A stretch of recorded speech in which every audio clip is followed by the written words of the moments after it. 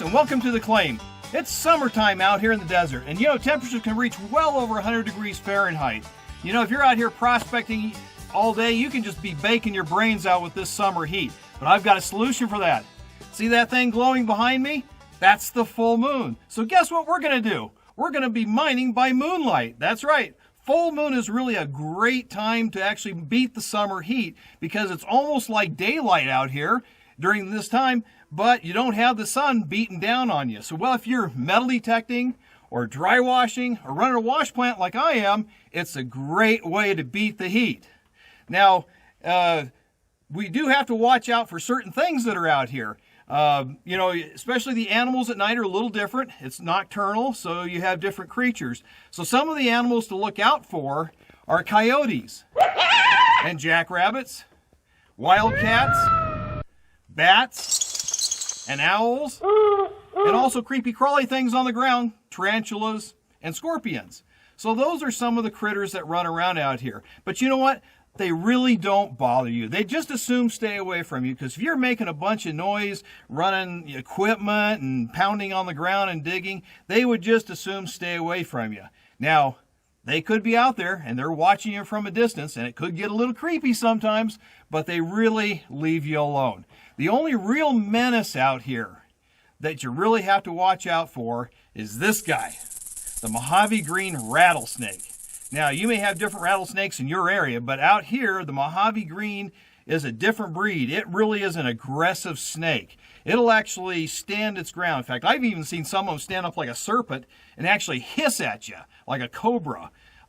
They will also come at you when provoked. So you got to have a lot of respect for them and keep your eye out for them. Now, other rattlesnakes pretty much, they kind of feel your vibrations. Again, they would just assume to stay away from you as well. But the Mojave green, a little different. So if you got those critters in your part of the world, beware. So check your area. You might have different other kind of critters to have to look out for. So anyway, for our night experience, let me show you some of the things that we're going to need to prepare ourselves so we can enjoy this. So we'll start with our feet and work our way up. First of all, don't show up out here in the desert with a pair of sneakers or sandals, because you're just asking for trouble, because a snake or a scorpion is going to go right through all this soft material. So I highly recommend that you get yourself a good pair of hiking boots, leather, solid, very firm, and it's going to be really difficult for any animal to try to penetrate, okay?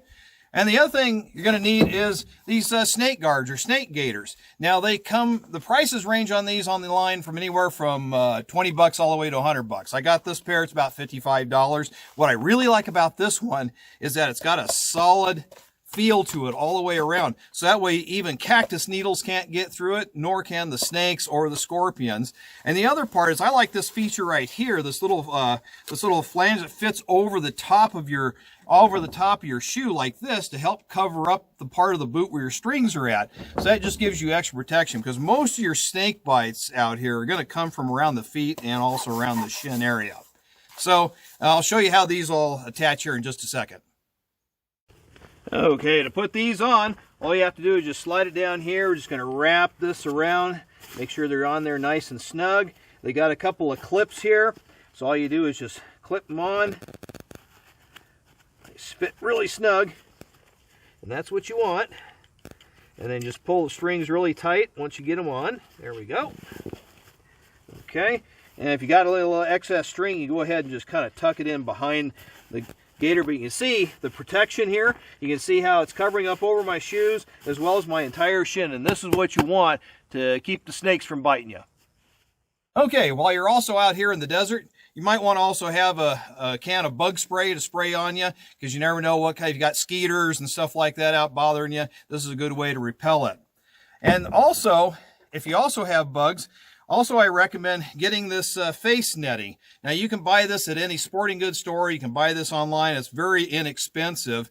And you put it over your face. But if you just put it right over the top of your face, sometimes this will fit over right and kind of bug you. It'll be kind of on your nose and your eyes. And if you have bugs flying around, they kind of still get on your face, and you hear them buzzing your buzz and all that. So what I recommend is actually putting a small rim hat on it. And so at night, you really don't need a big hat like this. So I'm going to take this off, and in fact, I know some of you guys out there are probably wondering, well, if I actually got a full head of hair up here under this hat. Well, let me show you. Yeah, that's real hair underneath here, just like the president. Real live hair. So what I recommend doing is actually taking just a short rim hat that's soft and pliable and just putting this on first, okay? And so you just tuck this on, and then you go ahead and put this over that hat, like so. You just kind of have to wiggle it on here and get it fitting just right, okay? And so now this rim kind of keeps the netting off your face, so if you do have bugs that are flying in your face, they're not still smacking into you, and you don't have those little pesky gnats at night that are buzzing in your ear. So this kind of works out really nice. Now with that, you can also apply a geek light or a headlight. Now these things here are, you can buy them at the hardware store. You can get them at the sporting goods store or online. They're a dime a dozen. They're all over the place. They run on LED lights and a couple of batteries, and they'll last you all night long. So I always usually put one up on top of here, like so that way I can actually turn it on and see where I'm doing. Now, what I do like about this feature is it also has a red light. And the key behind this is that at night, especially when there's no moon out, you can actually use this, and it doesn't affect your night vision, your nighttime adaptability. And the other thing is that most bugs are attracted to the white light, which is actually shifted more over to the ultraviolet part of the spectrum. And that's what they see, and that's what attracts them to you. So if you're running the red light, a lot of times it works out where they don't see that and they're not bothering you as much. So that's just a little extra plus. Okay. Now, finally, a couple other things here are what I recommend are these lanterns. Now, when they first came out, they were kind of pricey. These are LED lanterns. You pull them up, and you see they just light up. And these are kind of handy to carry around. They're very lightweight. 3 sets of AA batteries, and it'll last you all night long with no problem. When they first came out, like I say, they were $20, but now they've kind of come out where they're down to $10. And I just bought this one the other day at a swap meet for $10, and it's kind of nice because it has this little battery operated thing to turn on this part of the lantern, but it also has a feature on the bottom which turns into a regular flashlight. Now what's cool about this is that it's got a little hanger on here, so I can actually hook this onto a 10-foot electrical conduit pole and hold it way up high in the air, so that way I can actually shine down over my wash plant. Especially when I don't have a full moon out, I can actually use this instead, and it works out really great. So that's about just some of the simple things that you need for the night experience to get you started, keep you protected. Now, let's move on to some other safety issues and all that before we get started and get the wash plant fired up and start running some material. A couple other safety tips I want to bring to your attention. Always be wary wherever you're coming up to your vehicle or a wheelbarrow or anything just laying around out on the desert, because you never know if a snake's going to crawl underneath it. Snakes like to hide under places like this, and you don't be walking up to your car or your vehicle and all of a sudden have a snake bite you while you're trying to get in or get out, for that matter. So just be really cautious before you approach anything that a snake could possibly hide in. The other thing too is when you're out and about, be sure you're just watching what you're doing. Pay attention. Walk slowly. Look always down at the ground all the time, okay? Even if you're stepping back, always look back before you do, because you never know if a snake is going to come up and try to cuddle around you. And if you step on him, he's going to get really pissed at you. So be sure you pay attention. Now, the other thing, too, is that if you're out in the desert and there's not a whole lot of trees, which there really isn't around in this place, and you see this big, long stick laying in the road, well, you can almost be sure that's a snake, okay? So just be careful, play heads up, and you'll have a really great time. So let's go ahead and move on, and let's get this wash plant fired up and see if we can run and get some gold. For those of you who are new to my channel, check out my other wash plant videos so it kind of help explain what I have here, and also check out the latest upgrades that I've also included with this wash plant. So let's go ahead and get this thing fired up. The moon is out. It's looking great. It's getting dark. Let's get started. Yeehaw! It's an absolutely great night out here, folks.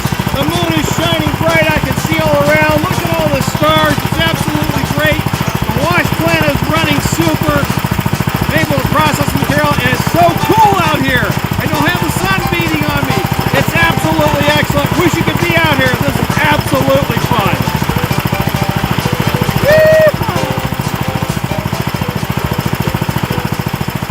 Okay, we're doing a clean out now. We just shut everything down. I'm just going to wash some clean water over this vertical mat here to see if we have any gold. And looks like we got a few pieces in here. That's a good preliminary. Looks like we got some sitting right here, here. Another nice little piece right there. So we got several pieces down here.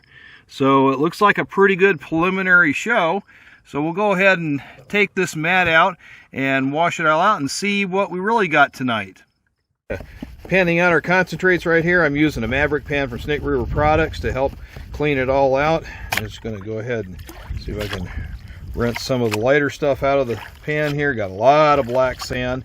And we ran about a half a yard of material today. I'm running this real super gooey clay stuff.